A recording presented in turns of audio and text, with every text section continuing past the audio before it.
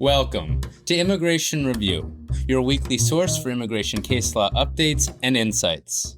I'm your host, Kevin A. Gregg, a partner at the immigration, medical malpractice, and business litigation law firm Kurzban, Tetzeli, and Pratt, back again to review the week's precedential immigration cases, rummaging through the decisions so you don't have to. This podcast is sponsored by Serenade e-Immigration. Let's be honest, immigration law doesn't work without great paralegals. That's why the podcast friends at e-Immigration are launching the Heroes Spotlight, celebrating the top immigration paralegals making an extraordinary impact behind the scenes. These are the people managing impossible deadlines, calming clients, catching critical details, and somehow keeping everything moving forward. If there's a paralegal in your office who deserves recognition, let e-Immigration know before nominations close on September 25th. You can learn more about all this and submit your nomination at heroes.eimmigration.com. By the way, it was awesome hanging out with the e-Immigration folks at the AILA National Conference. You guys are the best. Can't wait to do it again soon. This podcast is also sponsored by Gonzalez & Gonzalez Immigration Bonds. Immigration attorneys. Once you've secured a bond, let Gonzalez & Gonzalez take it from there. In business and family owned for 75 years, Gonzalez & Gonzalez helps other families post immigration bonds quickly, easily, and with full support every step of the way.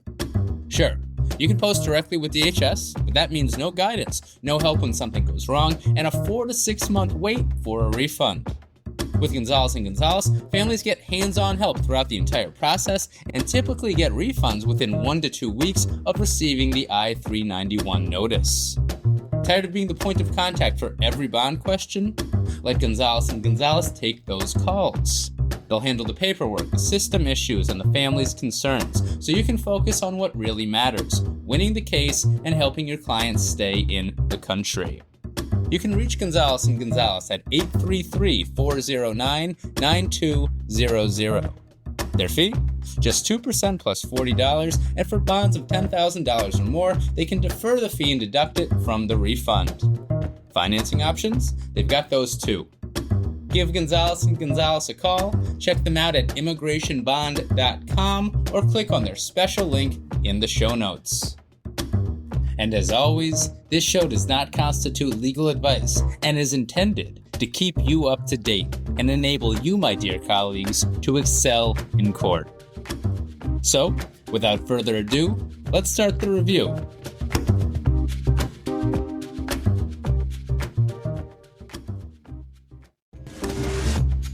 It was a true honor meeting and re-meeting so many of you at the AILA National Conference. Truly, I am taken aback by every conversation. How many times can I say the word honored? And that shout out by the AILA board during the Hot Topics thing? You guys are the best! I really appreciate you all. I could never have imagined that the podcast would become this thing when I started it 6 years ago. I don't know if I appreciate anyone more than who I have just learned is the most special listener of all. 10-year-old Sam Peltier from St. Paul, Minnesota. Sam listens with his mom in the car, but I'm told he actually has come to enjoy the show himself and, dare I say, thinks I'm funny? Sam, I'd like you to please speak with my wife one of these days. You're the man, dude, and your mom's really cool too. By the way, listeners, this 10-year-old dude loves the loaf of bread joke, my mom's misunderstanding of Loper Bright, if you recall. But to understand why that's funny, you need to, of course, understand Loper Bright, which means you need to understand Chevron deference, stare decisis, and the current Supreme Court's complete disregard of it. In short, you've got to be a genius 10-year-old with some high-class humor. Well done, Sam. Speaking of 10-year-olds without care for stare decisis, the Supreme Court took up the constitutionality of mandatory detention this week, granting the government's petition for certiorari in the Black case from the Second Circuit, episode 214. What a great case that was. Would be a shame if anything were to happen to it. Paraphrasing Justice Alito to his colleagues when he mustered 3 more votes, I'm told. The immigration bar and those who care about the liberty of human beings collectively hold their breath. And I'm sure the court will take the iwi detention issue too eventually, given that there's already a circuit split, so man, next year is going to be quite the year for incarceration of human beings. Let's see what happens. Not to leave the High Court this week at the top of the show, it became known through discovery finally obtained through ACLU's TPS lawsuit that yes, indeed, everything we've been alleging in the Mayotte Haiti TPS case and that ACLU's been alleging in their case was true. There's a whole New York Times article about it, but to summarize, USCIS knew they were violating the statute by not consulting at all with the Department of State about country conditions in Haiti, and then they lied about it in the TPS litigations and to the public. Also, non-political USCIS appointees were shocked that Ms. Noem was terminating TPS for Haiti, both because of conditions in that country and because of her complete violation of the statute. And political appointees overruled the agency experts, just like they did during Trump 1, to support their termination here at all costs. But of course, we already knew that. Then the politicals demanded a memorandum untethered to actual conditions in Haiti that would support termination, but they didn't want to put that in writing because they're rightfully paranoid, so they demanded oral edits which were incorporated into a decision memo that eventually wrecked the lives of over 350,000 human beings from Haiti. And that's just some of it. New York Times article link in the show notes. But of course the High Court granted cert just on jurisdiction, it seems. We'll see what happens. Hope springs eternal, but that decision's coming down soon. Now, having finished all that, here are your cases, Sam.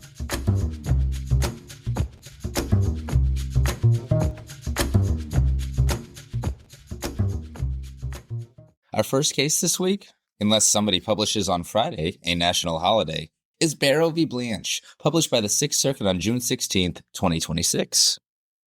This was the first case published during the AILA National Conference, and it's about equitable tolling, the BIA's 30-day deadline to appeal an immigration judge's decision. You can do it! Miss Baro, however, did not succeed on her claim. Miss Baro is from Guinea. She was forced to undergo female genital mutilation as an infant. Her grandmother had had it done against her and against her mother's will. Later in life, Miss Baro was forced to marry a man who abused her terribly. She fled to the United States after a particularly violent incident in 2015. She overstayed her tourist visa. That was in and around September 2015, and well, domestic violence type asylum claims were alive and well at that time. That husband in her home country, by the way, threatened to lock her up forever if she ever returned. Which, by the way, it seems that he desired that she do. When she was eventually placed in removal proceedings, Miss Baro applied for asylum and related relief and protection, which an immigration judge ultimately denied. Untimely asylum application and withholding removal and CAT denied on the merits. Not overly relevant to this decision because this is about her appellate rights. Non-citizens have 30 days to appeal such decisions to the BIA. Miss Baro didn't do it for 5 months, a little over 5 months actually. Usually dead in the water in that, unless you're DHS of late, that is. Now, Miss Baro's immigration court attorney notified her of all this shortly after the adverse decision, but she desired and sought new counsel for a variety of reasons, as is her right. Before she could retain new counsel, she became, quote, gravely ill with a sickle cell disease crisis, end quote, and that left her hospitalized for several days and in severe pain for months thereafter. It also severely impacted her mental health, as would be expected. She didn't even really start feeling better until 3 months after the IJ's decision.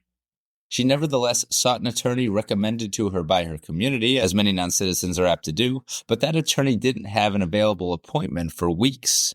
She retained that attorney the day after the consultation, but at this point it's like 4 months later and 3 months untimely. By the time the attorney filed, again, we're like 5 months untimely, and the BIA denied the request to equitably toll the 30-day deadline, reasoning that Miss Baro had failed to present objective medical evidence of the pain, crisis, and side effects that she had suffered from the sickle cell crisis. No due diligence reasoned the BIA, plus the weeks waiting for the attorney appointment would not be excused. Not extraordinary. The Sixth Circuit affirmed. Although the 30-day deadline was once treated by the BIA as jurisdictional, nothing is anymore, explains the Sixth Circuit. Even the BIA recognized this in Morales that the 30-day deadline is a claims processing rule, meaning it is technically subject to equitable tolling. It took the Sixth Circuit quite some time to actually get around to that in this decision, by the way. Some quite in-the-weeds analysis going on in this one. But anyway, once it got there, the Sixth Circuit explained that to establish equitable tolling before the BIA, the non-citizen must show that she acted with diligence and that an extraordinary circumstance stood in the way of timely filing. In a given case like this, the Sixth Circuit sees review of the question as a mixed question of law and fact. But as so many courts have done of late, the Sixth Circuit believes that that mixed question is a fact-intensive one, thereby subjecting to deferential review rather than de novo review, which appellate litigators, of course, all want. That is, de novo. We never get it. That is what dooms Miss Baro's petition for review, explains the Sixth Circuit. Their words, not mine. That is doom. No grounds to vacate the BIA's due diligence analysis at a minimum. The Sixth Circuit assumes the health struggles were extraordinary, but that's only half the analysis. Miss Baro knew about the deadline and still had time to find an attorney after she left the hospital, but she did not do so, explains the court. And the BIA was correct. She didn't provide objective evidence of her medical ailment or even in her affidavit as to why the extreme pain that she alleges prevented her from hiring an attorney to file a notice of appeal. And then, at least a month before she filed, when she was starting to feel better, the Sixth Circuit doesn't see diligence there, waiting all those weeks for an appointment with a single attorney. Quote, difficulties in finding legal counsel do not typically justify tolling, end quote. And even then, counsel didn't file the notice of appeal right away, relays the court. Ultimately, while believing her about her illness and demonstrating sympathy, the Sixth Circuit doesn't believe it excuses what amounts to a nearly 5-month delay in filing a notice of appeal, or maybe over 5 months, I don't know, it's getting hard to count, and I haven't slept very well this week. So the Sixth Circuit affirmed the BIA. And that is Baro v. Blanche.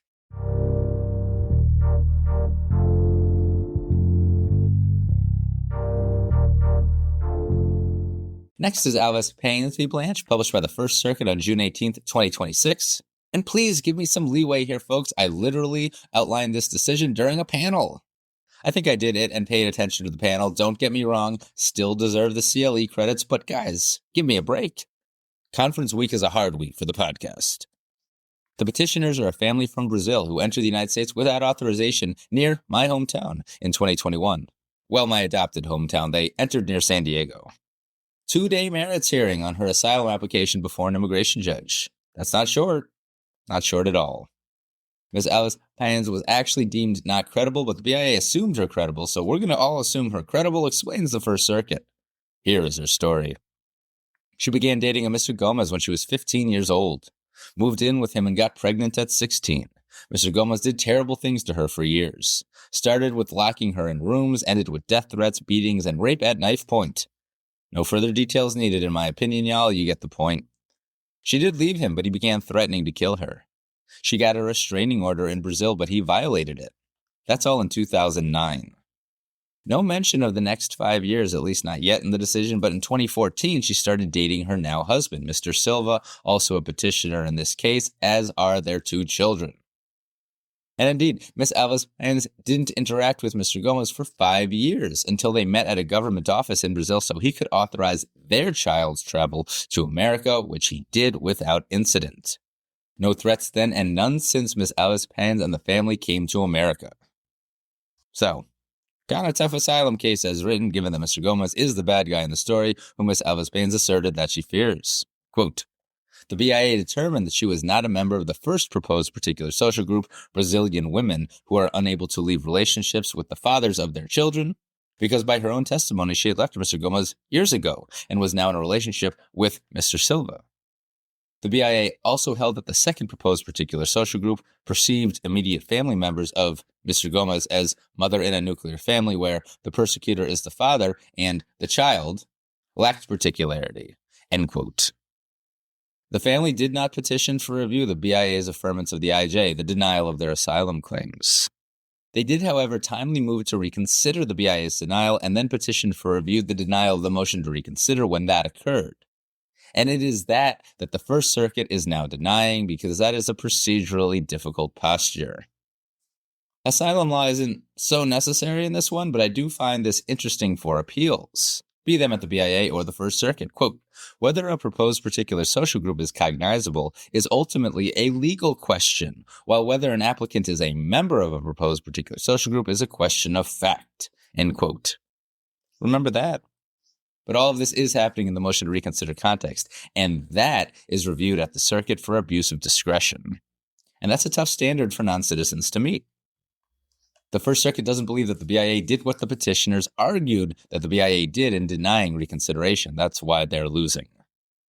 The petitioners argued, for example, that the BIA treated Ms. Alves-Pains' separation from Mr. Gomez as dispositive of the cognizability of the particular social group, Brazilian women who are unable to leave relationships with the fathers of their children. Unsure if that would be a proper thing to do or not, the First Circuit doesn't say, that is, treating dispositive her ability to leave, because the First Circuit doesn't believe that's what the BIA actually held. Rather, quote, contrary to petitioners' arguments, the BIA did not deny reconsideration on the categorical ground that a woman who later escapes an abusive relationship can never belong to a so-called unable to leave particular social group. Rather, the BIA made a case-specific determination that Ms. Alves-Pains had not established that she was ever unable to leave Mr. Gomez, end quote. So that's a factual finding, right, rather than a legal one. And the First Circuit believes the record supports this. Matter of ARCG is dead anyway, recognizes the court, but even that decision required a case-specific analysis, explains the First Circuit. Not violated by the BIA, and the facts of matter of ARCG are materially distinct from those here, says the court. The First Circuit distinguishes some of its non-citizen-friendly precedent and that of some other circuits, too. That then leaves the proposed particular social group, quote, perceived immediate family members of Mr. Gomez as mother in a nuclear family where the persecutor is the father and IFGP is the child, end quote. IFGP being the acronym for the child here that couple shares. To me, the reconsideration argument appears to be that the BIA should have viewed that particular social group as a straight nuclear family particular social group. Not so to the First Circuit. That's not the group that was articulated, and the group articulated improperly was, quote, defined explicitly by the subjective perception of an unknown viewer or viewers, end quote, to the BIA and the First Circuit. Now, of course, we all know that the BIA is trying to create a damned if you do, damned if you don't situation for family-based particular social groups. That is, they're trying to create case law that will not recognize a nuclear family without special characteristics, and then they find that the group is insufficiently particular or socially distinct when you add those characteristics. Might be a reason additional characteristics were added in this case below. Unsure whether straight nuclear family would have cleared the particular social group hurdle here, but I do believe it important to contextualize what is likely happening below. Now, quote, to be sure, the agency may not assess a proposed particular social group by taking only a superficial, quick look at the words used, but must instead conduct a substantive analysis, end quote. And remember that. That would seem something that the IJ and BIA must do on appeal in any given case, even when the BIA has previously denied a very similar or even identical particular social group in another case. Because, of course, the facts of the two cases will always be different. But that rule wasn't violated here. The petitioners here used words that weren't great to define the particular social group to the court, and the BIA was right to deny because of it. Quote, as worded, the proposed group required some unidentified viewer or viewers to perceive Ms. Alves-Pains as Mr. Gomez's immediate family member and as the mother in a nuclear family. Mr. Gomez is both the father and the persecutor in that family, and IFGP as the child, end quote. For those reasons, explains the court, the BIA was correct to reject the petitioner's attempt to replace that particular social group with nuclear family alone on reconsideration. And so, the First Circuit denied the petition for review. And that is Alves-Pains v. Blanche.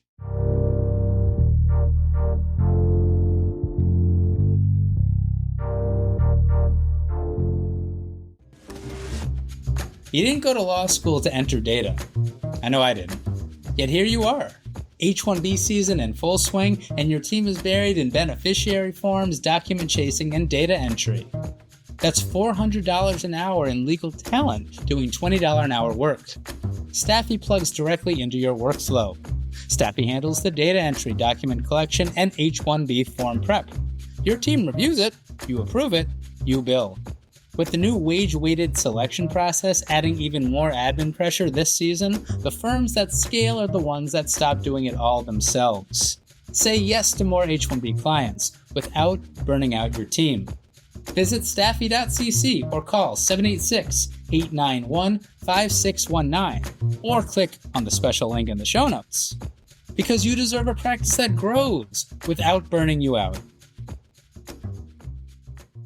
Going to conclude with two from the BIA, the first being matter of ACM, published by the BIA. This is the BIA's second decision about asylum cooperative agreements, those cute, fun things known as ACAs. The first decision being matter of CIGM and LVSG, episode 288. Fortunately for me, you, and the world, this one isn't as long as that and doesn't touch nearly as many issues. That's kind of the point. Pro se non-citizen too.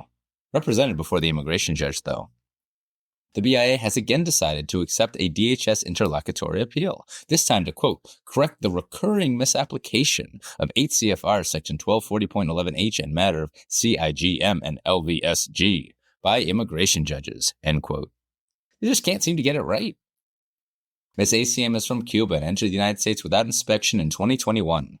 Looks like she came into contact with DHS immediately, so whether she was actually paroled such that she might be eligible to adjust to LPR status under the Cuban Adjustment Act remains to be determined. Given that issue percolating in the circuits, we all wait with bated breath with the Second Circuit's hopeful precedential decision coming soon. But for now, we have an asylum application that DHS moved to pre-termit, arguing that fine, we'll send this asylum seeker from Cuba to Ecuador. Oh, the generosity of America. Now, bear with me because I guess it's important. Ms. ACM filed an opposition to DHS's motion, arguing that 1, quote, DHS waived the pre-termission issue, 2, DHS had not shown that Ecuador would accept her, 3, DHS had not shown that Ecuador would provide a full and fair procedure for adjudicating her protection claims, 4, there is generalized violence in Ecuador. 5, she arrived in the United States and applied for asylum before the ACA with Ecuador was signed. 6, it is in the public interest for her to be granted asylum in the United States. And 7, she has established a prima facie case for withholding of removal to Ecuador under the I&N Dec because Ecuador is a Cuban sympathizing country that persecutes Cuban deserters, end quote. Arguments I'm sure that were done under a lot of time constraints and pressure. In support, Ms. ACM, according to the BIA, submitted general country condition evidence, not stuff specific to her, because she, of course, has never been to Ecuador. She is seeking protection of the greatest country in the world, the historic refuge for the world's asylum seekers, immigrants, and those yearning to be free. Not Ecuador. The IJ denied DHS's motion. The IJ, quote, determined that she was precluded from pre-termitting the respondent's asylum and protection applications without first conducting an evidentiary hearing to resolve disputed facts. The IJ further stated that conducting an evidentiary hearing in a master calendar setting would be inappropriate because she has limited time to do so on her master calendar docket. The IJ set an individual hearing on the applicability of the ACA bar for March 19, 2030, end quote. LOL. The BIA explains that in CIGM, it was really just trying to get people deported to other countries really quick. Do not misunderstand them. A hearing about danger in the third country of removal should only occur, quote, if necessary to resolve disputed facts, end quote. BIA emphasizing only. Quote, we further explain that when a respondent making such a claim has no substantial connection to that country, an IJ should typically be able to resolve the applicability of the safe third country bar without conducting a full evidentiary hearing, end quote. Get them out of here. What are you doing, judges? Judging and all. That is, after all, the purpose of the ACA agreements and underlying regulations, which the Biden folks did not vacate and over which Congress has been completely MIA. No disputed facts here requiring a hearing, explains the BIA.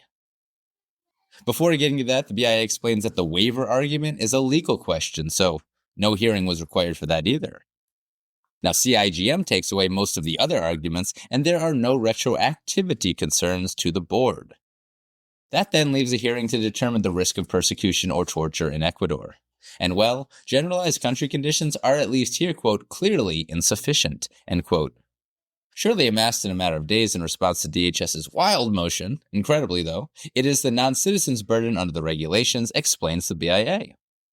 Plus, quote, her vague claim that Ecuador is a Cuban sympathizing country that persecutes Cuban deserters is not supported by any record evidence and is insufficient to create a genuine factual dispute, end quote, in the mere days that the non-citizen here amassed that evidence. When the record doesn't have evidence showing that the ACA victim faces a, quote, individualized risk, end quote, of persecution or torture, IJs faced with the DHS motion should not hold an evidentiary hearing to resolve the applicability of the third country bar to asylum. If the IJ is not going to just grant DHS's motion at the hearing, they should do it in writing, explains the BIA. And certainly, explains the BIA, a hearing to resolve the issue 5 years into the future was unreasonable. So, the BIA granted DHS's interlocutory appeal against the asylum seeker who did not have an attorney at the BIA. And that is a matter of ACM.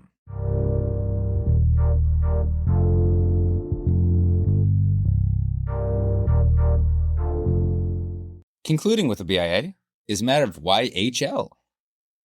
This case is about reconsideration and ineffective assistance of counsel. Didn't used to be precedential, now it is. Thank you, Acting Attorney General. Miss YHL is from China and lost an asylum claim in immigration court. Lost on appeal to the BIA too. Now she's moving to reconsider that BIA loss and moving to reopen, and it seems timely at that. DHS did not respond to the motion. Still getting denied. In immigration court, she testified that she was forced to abort her third pregnancy after giving birth to 2 children in China, and hospital officials in China told her to return for a tubal ligation. Per se past persecution by statute if true, if I'm not mistaken. Thank you, George H. W. Bush. No adverse credibility finding, it seems, and no initial discussion on the issue at all, at least. Just the IJ wanted more corroboration that it all actually happened. And the BIA is fine with that. Now, Ms. YHL moved to reconsider, arguing, for example, that submission of medical records shouldn't have been required based on decisions like the Second Circuit's Pinal Gomez v. Garland decision from 2022. Per that decision, an IJ needs to do 2 things before denying based on a lack of corroboration. Quote, 1, the IJ must determine that a respondent should provide evidence that corroborates otherwise credible testimony. And 2, the IJ must then determine whether the necessary corroborating evidence is in the respondent's possession or the respondent could reasonably obtain it. End quote. The BIA believes the IJ did that here. The BIA believes it proper, for example, that the IJ, quote, credited the testimony of an asylum officer who testified that in fraudulent cases with the same general fact pattern as the respondents, the applicants could not produce any checkup books or medical records that would have been generated if an abortion or follow-up visits had occurred. By crediting this testimony, the IJ implicitly found that checkup books or medical records would be generated and reasonably obtainable in non-fraudulent Chinese asylum claims involving forced abortion. End quote. How about that logic? Series of suppositions, if you ask me. But the BIA never does. And did an asylum officer really come into court and testify, BIA, or are you using the term testimony a bit loosely? Genuinely curious. Ms. YHL was further asked about corroboration during cross-examination and seems to have given an unsatisfactory answer to why she didn't have the documents, although the BIA does not relay it. Nor are gynecological records from the U.S. sufficient here to establish an abortion in China occurred, at least here, where to the BIA, it was counsel and not a medical professional interpreting those records and explaining that it showed an abortion had occurred in the past, I guess. Seems like the IJ relied on an inconsistency too. BIA says the IJ didn't have to confront Ms. YHL about that first before, I guess, relying on it to deny because it was, quote, obvious from the record evidence, end quote. So, motion to reconsider denied. The motion to reopen was dispensed with relatively shortly, and it was based on ineffective assistance of counsel against immigration court counsel. The first factual allegation regards an apparent incorrect translation on a document submitted in the case. But the BIA notes that 1, the document was submitted to USCIS before the attorneys even came on board, and 2, thank God, attorneys aren't responsible for identifying errors in translations of foreign documents that are certified as correctly translated. Quote, counsel can reasonably rely on a translation that is certified as true and accurate by a translator who certifies their competence in the foreign language. Moreover, the respondent has not provided persuasive evidence of the alleged translation error, as the alternative translation accompanying the motion is not certified. End quote. So that's not great. Regarding allegations that former counsel didn't provide effective advocacy, well, the BIA doesn't really believe that grounds for an ineffective assistance of counsel claim or reopening. And that was that.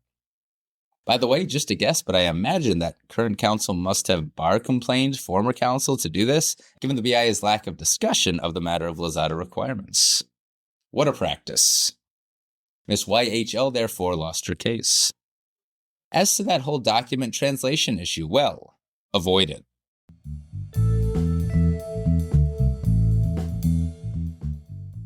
If you went to the AILA National Conference in San Diego, or, like any of the main ones for the last 20 years, you probably ran into Zal Sakhani. He's the guy in the tie walking around with chocolates who seems to have a steel trap of a brain for things you've told him about yourself. He is, in short, a mensch. He's also a JD and longtime owner of Sakhani Legal and Business Translations Incorporated. He is a personal friend of mine, and the guy that I go to when the court, USCIS, or other translation has to be like 1,000% correct. So all the time, right? He's a perfectionist and a true professional, and he gets even the most complex words right every time. It's hard to get a personal touch with vendors these days. Zell is that. He's the real deal. He does Spanish, Portuguese, French, Italian, German, and English.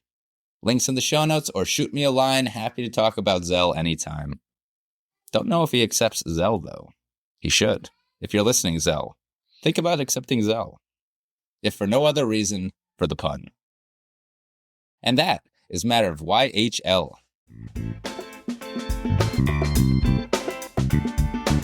So there you have it. You're all caught up with the past week's published immigration cases. I'm Kevin A. Gregg, a partner with the law firm Kurzban, Tetzeli, and Pratt, and this has been another episode of Immigration Review. Thank you for listening, and I hope you enjoyed it. If you did, please share it with a friend and rate and review us. Each review helps new listeners find the show. And of course, subscribe to Immigration Review wherever you get your podcasts. If you like what we do and want to become a patron of the show, please check out our Patreon page at www.patreon.com/Immigration Review or click on the link in the show notes. And if you're interested in an official Immigration Review CLE certificate, email me at kgreg@kktplaw.com with your full name and the episode numbers for the 10 shows you've listened to. Also, feel free to email me with questions, comments, or anything at all, and follow the show on Instagram and Facebook at Immigration Review, or send us a tweet at ImReview. That's IMM Review. And you know, we're always interested in hearing listener feedback. Like this review about the episode you just listened to from my very young son. Son, how did you like that episode?